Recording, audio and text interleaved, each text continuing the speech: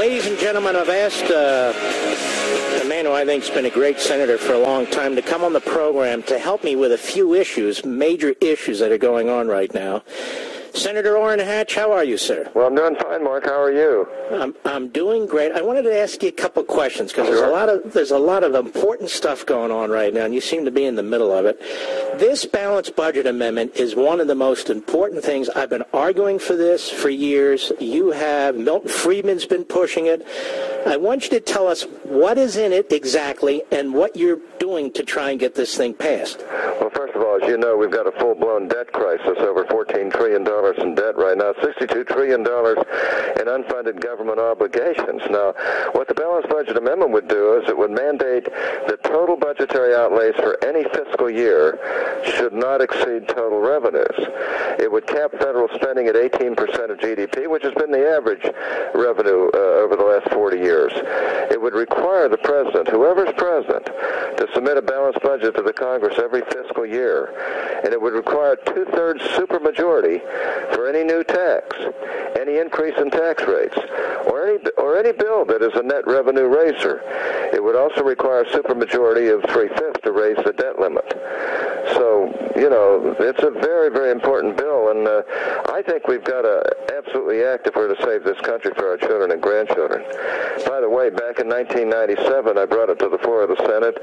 We actually had 67 votes on that. Had we passed it in the Senate, it would be law today throughout this country. And can you imagine if we'd have passed it back in 1997? Can you imagine where we'd be today? We wouldn't be in the colossal mess we're in today.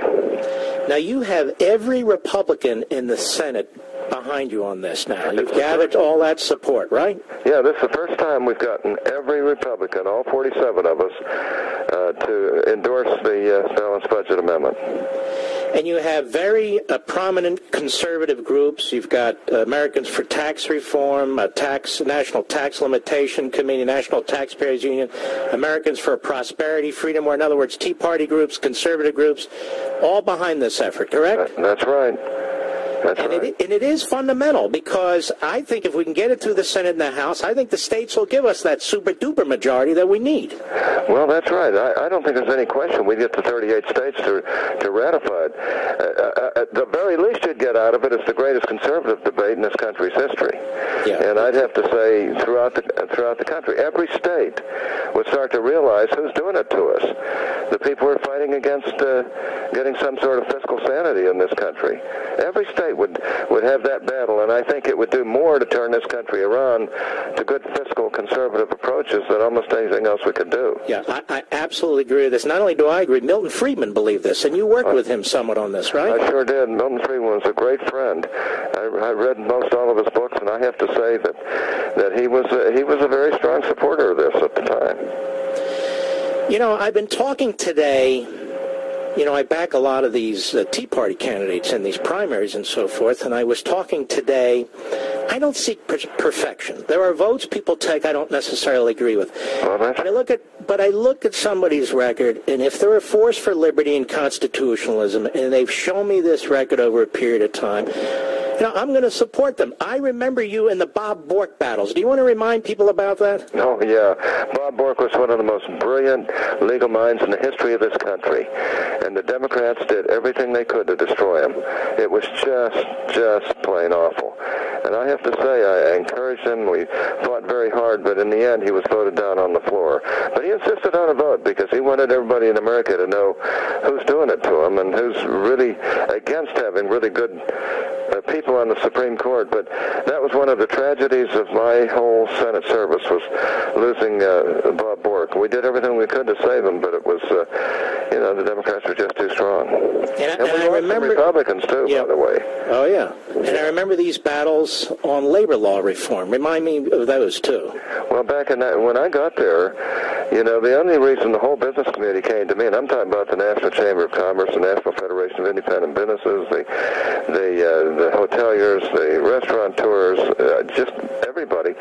The only reason they came to me, I was 98th in seniority. I was all that was left. Everybody else had turned them down because they knew we couldn't win, or at least they thought we couldn't win. And you know, it swooped through the House like a dose of salts, which is not a bad analogy, by the way. And so I agreed to do it for two reasons. I said, if you'll do two things for me, they said, what are those? I said, number one, nobody breaks ranks. And number two, if I ask you to do something, you do it. Well, the first one, when I asked them to do, if I ask you to do something, you got to do it. They huffed and hummed and hawed for a minute, and then they said, "Okay, that's done. What's the second one?" I said, "Nobody breaks ranks." And boy, they just looked stricken, because the business committee had never been able to be unified on anything, and usually the union companies would cave into the unions. But finally, they had no choice, because I was all that was left, and they said, "Okay, we'll do that." What exactly was the issue there? Well, the issue was it was a broadened law that would have unionized America against its will, with quickie elections and all kinds of other things. Very similar in a way to this current card check legislation that would really turn this country into a union country, to the detriment of the country. We had, it was actually a year-and-a-half fight on labor law reform, and it was a solid month on the floor with Bob Byrd, who was a really tough majority leader, and nobody thought we could win except myself. But gradually, after we won 3 straight cloture votes, in other words, stopping the filibustering people started to believe maybe we could. But finally came down to the 6th historic cloture vote, the most cloture votes in the history of the Senate on a substantive issue up at that point. And we were going to lose that day, but we went to the floor, just did some very, very smart things, and we finally won, and Byrd had to pull the bill down. It really saved our country. If we had lost that, you could forget about constitutional liberties and constitutional rights. The country would have been completely taken over by the unions. Now, how many votes have you cast in your career? You've been there a while now. Well, around 12,500 votes. I'm one of the top vote casters in history. I'm probably in the top 13 or 14. That's a lot of votes, so you have a record that can be cherry-picked, pretty much. Sure. Everybody who's been there more than 3 or 4 years has that. And the American Conservative Union, you got a 100 rating from them last year? That's right. Yeah, I had a 100% rating from the American Conservative Union. I've always had a high rating there. I think I've averaged close to 90% over the whole 35 years I've been in the Senate. But there were only 11 of us who had a 100% rating in the last 2 years. I was also recognized by the National Taxpayers Union as one of the nation's top taxpayer friends by achieving the highest ranking in Congress. That was 99%. Even the Club for Growth just released their annual congressional scorecard. They gave me a 97% rating. That was the 3rd highest ranking of all senators. And I fought for conservative values every day I've served. And you have a absolutely solid record on abortion, or anti-abortion, I should say. Yeah. And you have fought on these judgeships, which is something I focus on, because in so many ways we have a judicial oligarchy in this nation. And I remember all those battles. Look, I got to tell you something. I've been telling my audience this for days. I'm not a purist, but I am a solid conservative.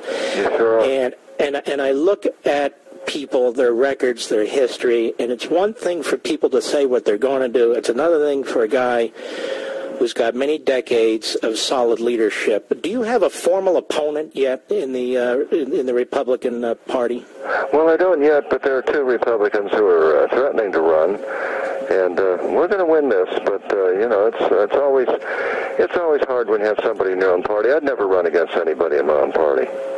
When I ran, well, I mean, if we had as many, Orrin Hatches in the Senate, look, there can be a vote here or there. Paul Ryan, for instance, has a vote here or there, which I find problematic. But the guy, there he is. He's promoting his Medicare reform bill. I'm thinking to myself, okay, you've got a few votes that I have a problem with, but look, your neck is way out there on this, and you're leading the charge. You're leading this charge on this budget, this balanced budget amendment, which I have argued, and it's in Liberty and Tyranny, is absolutely crucial to controlling the size of this gun. Senator Hatch, I would like to endorse you for the Senate, if you'll accept my endorsement. I'd love to have your endorsement. All right. Well, it would be a great pleasure for me to do that. I don't know if you have opponents, if you're going to have opponents, but I think it would be a sad place in the Senate if we knocked you off in the Republican system in Utah and you didn't return. So I'm going to endorse you for the Senate. Well, that's terrific. That means more to me than you'll ever know, Mark. I'll try and tell you, but that means a lot to me because you're one of the leading conservative voices in the world today, and frankly, much needed and doing a great job. That just means everything to me. Well, it's my honor. I've worked with your staff for decades over the years. You don't even know this. When I was a little staff at the Justice Department, then as Chief of Staff to an Attorney General, we could always rely on you to help us battle during the Reagan administration. There's a vote here or there I may not have cast. I don't care. The point is that what's crucial right now is going forward. We've got to stop this president's agenda. We've got to take back the United States Senate, and I feel that you would be a terrific, don't mind my saying this, elder statesman to a lot of these other young guys who I'm going to be pushing in these other states. So I endorse you, sir, for what it's worth, and God bless you, my friend. Well, it's worth a lot, and God bless you, and I sure do appreciate that. That's great, and I won't let you down. All right, I know you